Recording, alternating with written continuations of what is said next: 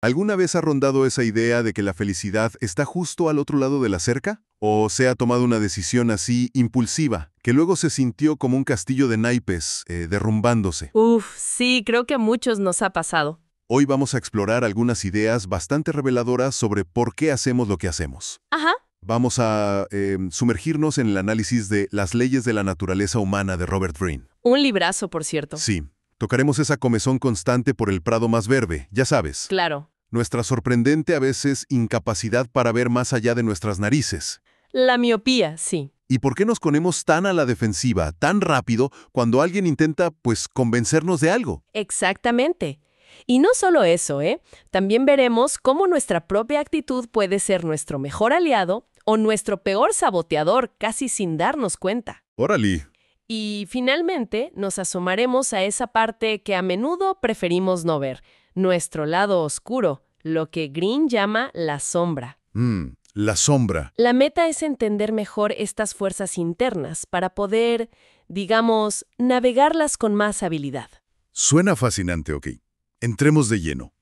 Empecemos con esa insatisfacción, esa sensación de que lo bueno siempre está en otro lado. Ajá. El texto lo llama el síndrome del prado siempre más verde. Pero, a ver, ¿no es normal querer mejorar, desear algo diferente? Claro que sí.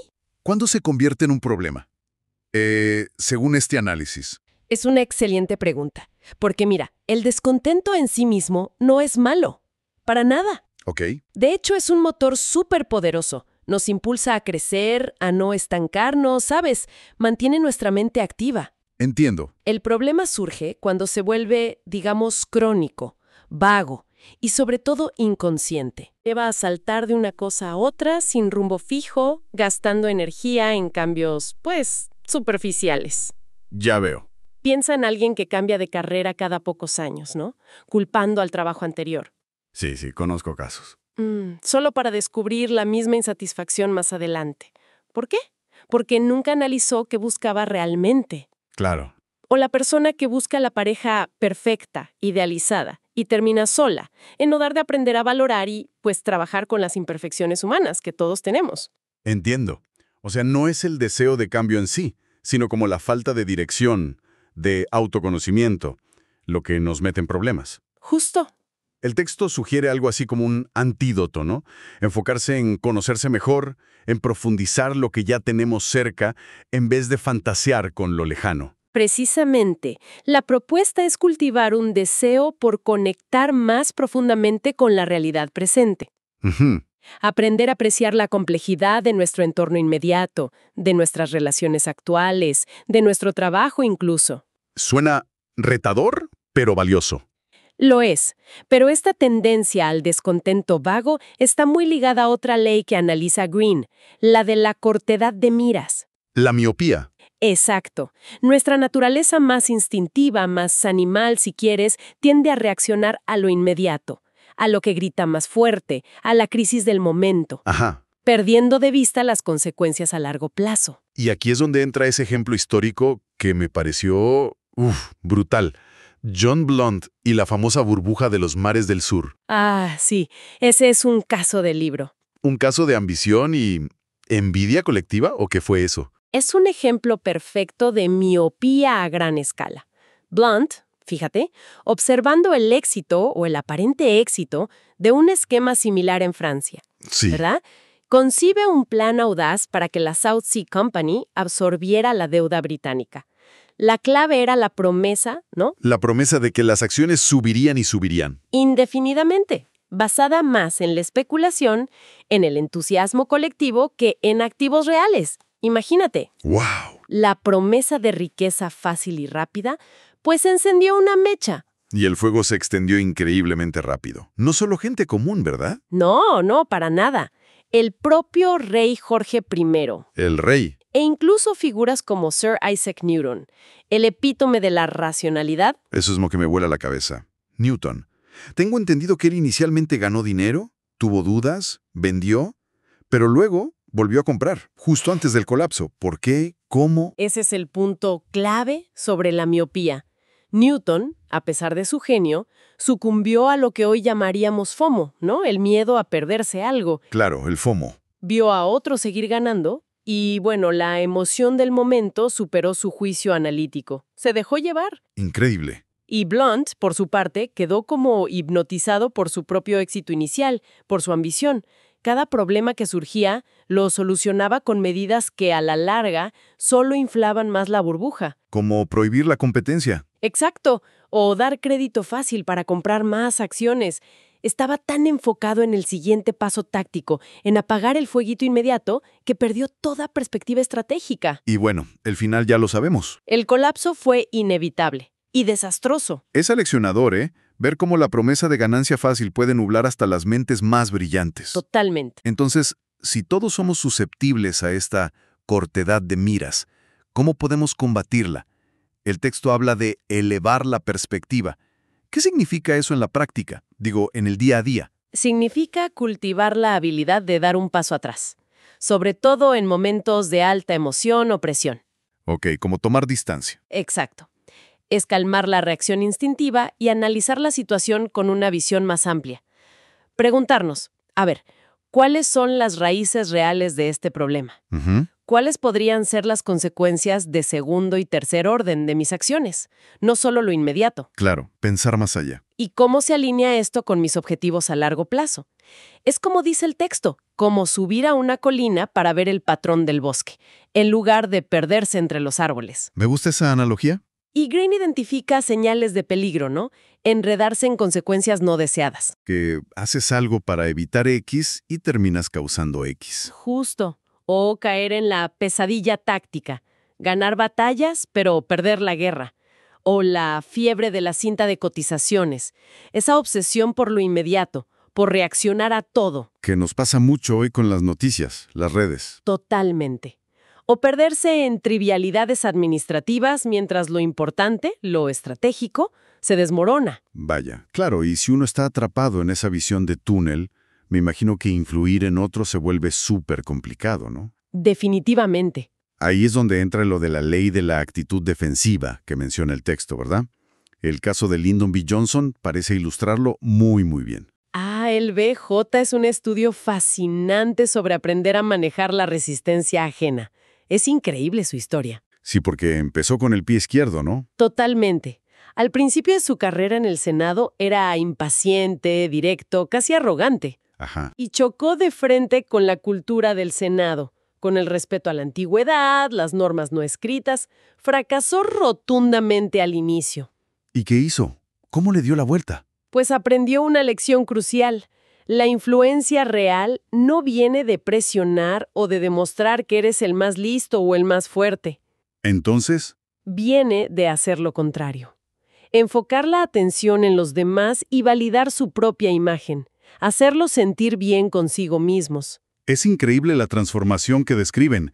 Pasó de ser un joven impetuoso a mostrarse casi sumiso, o ¿cómo decirlo? Bueno, más que sumiso, yo diría estratégicamente respetuoso. Se convirtió en un estudiante, ávido de aprender de los senadores más experimentados y poderosos, como Richard Russell. ¿Y cómo lo hizo exactamente?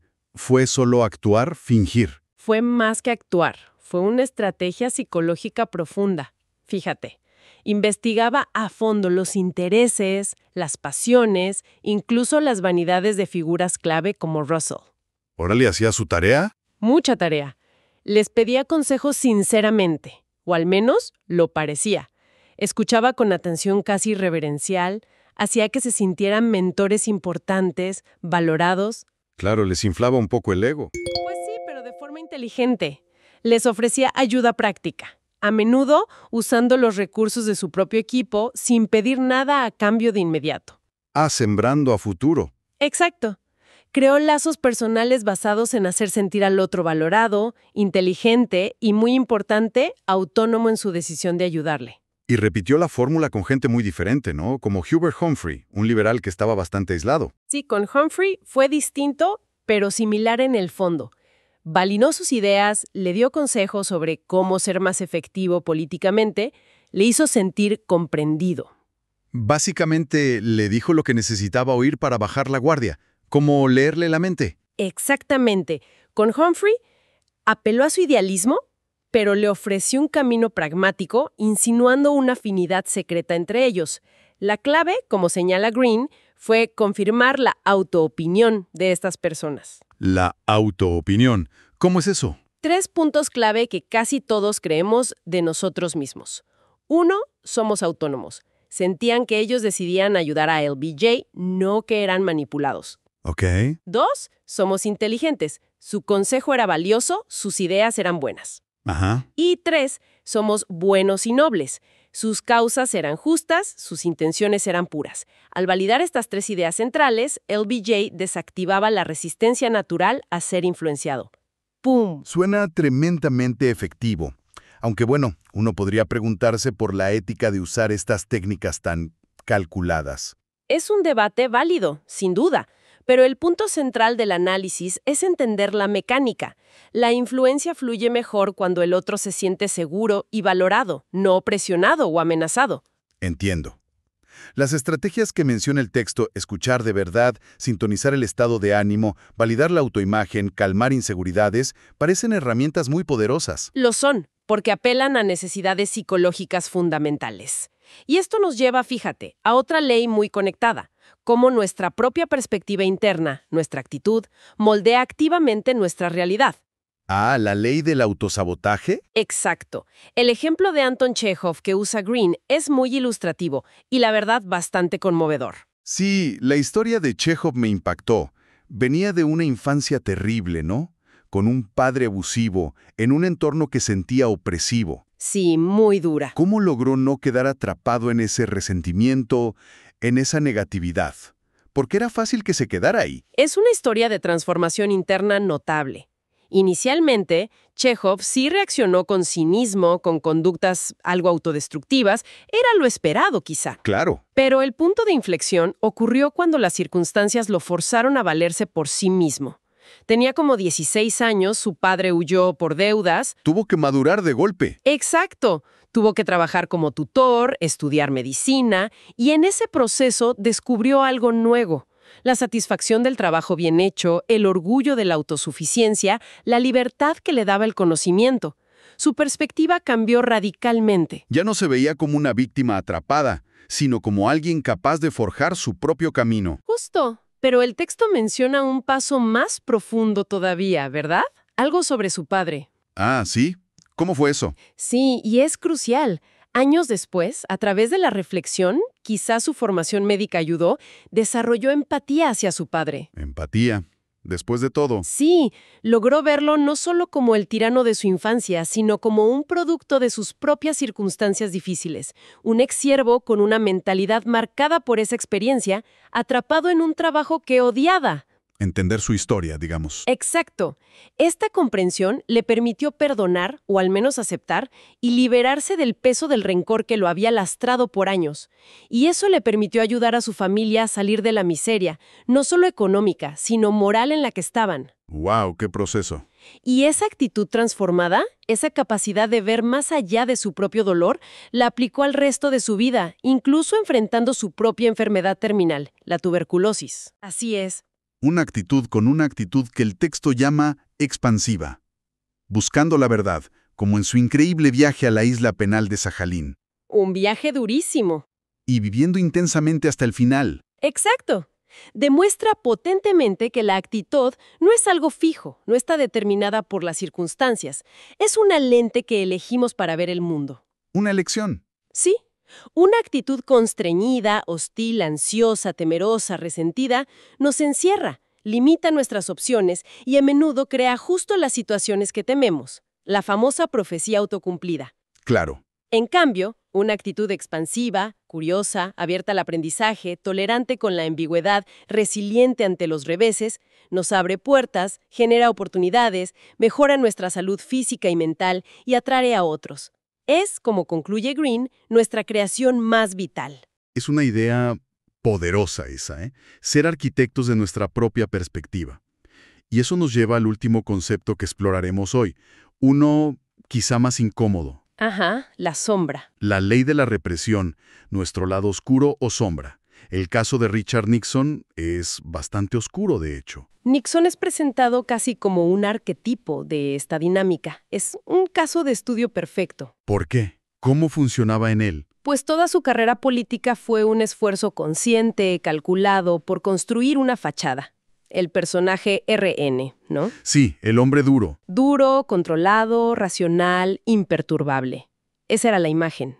Pero esta fachada ocultaba profundas inseguridades arraigadas en su infancia. Sentirse poco querido, inadecuado, vulnerable. Ok, lo que no quería mostrar. Exacto. Y esa parte oculta, la sombra, llena de paranoia, resentimiento, necesidad de aprobación, impulsos agresivos y manipuladores, inevitablemente se filtraba. Sobre todo bajo presión, salía a la luz. Y la ironía es que las herramientas que instaló para grabar su legado, las famosas cintas de la Casa Blanca, Exacto. ¡Qué ironía! terminaron capturando precisamente esa sombra en plena acción. Las conversaciones revelaban un lenguaje crudo, fantasías de venganza, obsesiones con enemigos, muy lejos de la imagen pública que proyectaba. Totalmente. Las cintas se convirtieron en un espejo de su lado oscuro. Lo fascinante y trágico para él es que a pesar de darse cuenta del peligro que representaban esas cintas, ¿No las destruyó? no pudo. Green sugiere que había una parte de él casi hipnotizada por esa sombra, quizás inconscientemente buscando ser expuesta o incapaz de soltar esa prueba de su poder secreto. Al final, fueron esas cintas las que probaron la obstrucción de la justicia en el caso Watergate y forzaron su renuncia. ¡Qué fuerte! El análisis dice que todos tenemos una sombra, ¿no es así? Que no es algo exclusivo de Nixon. Para nada. Que se forma porque, para vivir en sociedad, pues reprimimos ciertos impulsos o rasgos que consideramos inaceptables. Agresividad, egoísmo, envidia, deseos prohibidos. Correcto. No se trata de patologizar, sino de reconocer una dinámica universal. Es parte del paquete humano, como dices. Y no es que seamos malos. No, no. La sombra no desaparece por ignorarla. Se manifiesta de formas indirectas. Puede ser en comportamientos contradictorios. Como el ejemplo del predicador moralista que mencionan. Exacto. O en estallidos emocionales que parecen desproporcionados a la situación. O en negaciones vehementes de rasgos que claramente poseemos. Yo nunca guardo rencor. No. Sí, claro. O muy comúnmente proyectando esos rasgos en los demás. Vemos malicia o conspiraciones por todas partes porque, en realidad, algo de eso resuena dentro de nosotros. Entonces, reconocer nuestra propia sombra y aprender a detectar la de los demás es crucial. ¿Para qué? ¿Para juzgarnos menos? ¿Para entendernos mejor a nosotros y a los otros? Para ambas cosas, y más. Reconocer nuestra sombra nos hace más humildes, más realistas sobre nosotros mismos. Nos permite entender por qué a veces actuamos de formas que nos sorprenden o avergüenzan. Ajá. Y entender la sombra en los demás nos da una visión más completa, más tridimensional de ellos, más allá de la máscara que presentan. Nos ayuda a no idealizar ni demonizar. Claro, a verlos más como son. Y nos protege de ser manipulados por las sombras ajenas o de caer nosotros mismos en dinámicas destructivas por no verlas venir. Vaya, ha sido un recorrido intenso por estas tendencias humanas. Desde ese descontento que nos mueve o nos estanca. Ujú. La trampa de la visión a corto plazo, el arte sutil de influir validando al otro, el poder que reside en nuestra actitud. Hasta la necesidad de confrontar esa parte oscura que todos llevamos. La idea central que parece emerger de estos análisis no es darnos una excusa para nuestros comportamientos, ¿verdad? No, para nada. Sino ofrecernos herramientas de autoconciencia y comprensión de la complejidad humana, la nuestra y la de los demás. Si tuvieras que destilar una idea final, un pensamiento clave que nos llevemos de esta exploración basada en las fuentes, ¿cuál sería? Algo para rumiar. Pues mira, quizás la idea más interesante y potencialmente transformadora es la que se sugiere sobre la integración de la sombra. Integrarla, no eliminarla. Exacto. No se trata de liberar al monstruo o ceder a nuestros impulsos más oscuros. No va por ahí. Más bien, al reconocer y aceptar esas partes reprimidas, nuestras inseguridades, nuestra agresividad latente, nuestra ambición oculta, nuestros miedos, paradójicamente ganamos más control sobre ellas. ¿Cómo? Al aceptarlas. Sí, porque dejamos de gastar tanta energía en mantener la fachada, en negarlas. Ganamos autenticidad. Podemos entender de dónde vienen ciertos impulsos y entonces sí, canalizar esa energía de forma consciente y productiva. Tiene sentido. La vulnerabilidad reconocida puede transformarse en empatía genuina. La ambición admitida puede dirigirse a metas constructivas, sin esa culpa paralizante que a veces la acompaña. O sea, no es negar la oscuridad, sino entenderla para ser más completos, más genuinos, más reales. Exactamente, más integrados. Y eso nos deja con una pregunta abierta, ¿no? Algo para seguir reflexionando cada quien. A ver, Sabiendo de estas tendencias, la miopía, la defensividad, el poder de la actitud, la presencia inevitable de la sombra, ¿cómo podría este conocimiento cambiar la forma en que una persona aborda sus propios desafíos, su proceso de aprendizaje, o la manera en que construye y mantiene sus relaciones? buena pregunta. Ahí queda la reflexión. Para pensarle.